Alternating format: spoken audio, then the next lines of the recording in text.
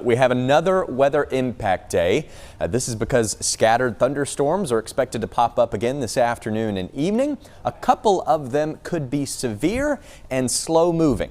What that means is a couple of those stronger or severe storms could produce damaging wind gusts that bring down trees, as we've seen the past couple of days in isolated spots. And those slower moving storms with that heavy rain will need to watch for maybe some additional isolated flash flooding. So kind of a double whammy, wind and flood risk today across the Piedmont, similar to what we've had to deal with the past few days now. It seems like it's kind of a rinse and repeat threat we've gotten accustomed to. Greatest risk for those strong to severe storms today will be along and north of I-40, but our entire area at risk. It's just that greater risk is off to the north of the Triad. Those slower moving storms basically possible about anywhere across our area. We're all in this level 2 risk for flash flooding today. Thankfully, starting mainly dry, there is one small shower up here in Ashe and Allegheny and Grayson County up in the mountains, but that shouldn't be around for too much longer. We should all start dry. Mid-70s outside right now, really warm and really humid, even near 70 up there in the high country. Going to be another hot one this afternoon. Low 90s, heat index value will be up there near 100.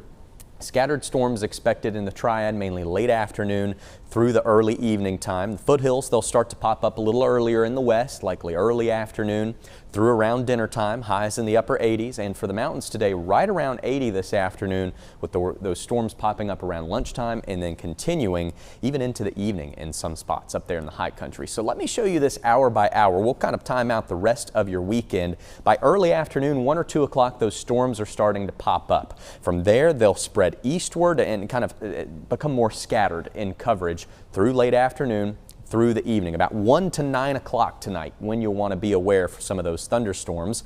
Overnight tonight we should dry out. We'll start Sunday morning dry.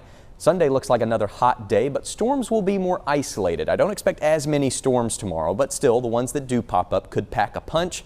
I'd say the better chance of a storm tomorrow would be in our western counties for Sunday. And again, not just potentially stormy for some folks this weekend, hot too. Heat index values this afternoon will be near 100, and then tomorrow afternoon they could be between 100 and 105 thanks to that lower storm coverage. So it's going to be a hot weekend, better chance of storms today, more isolated tomorrow. Highs will be in the low 90s, feels like temperatures near 100.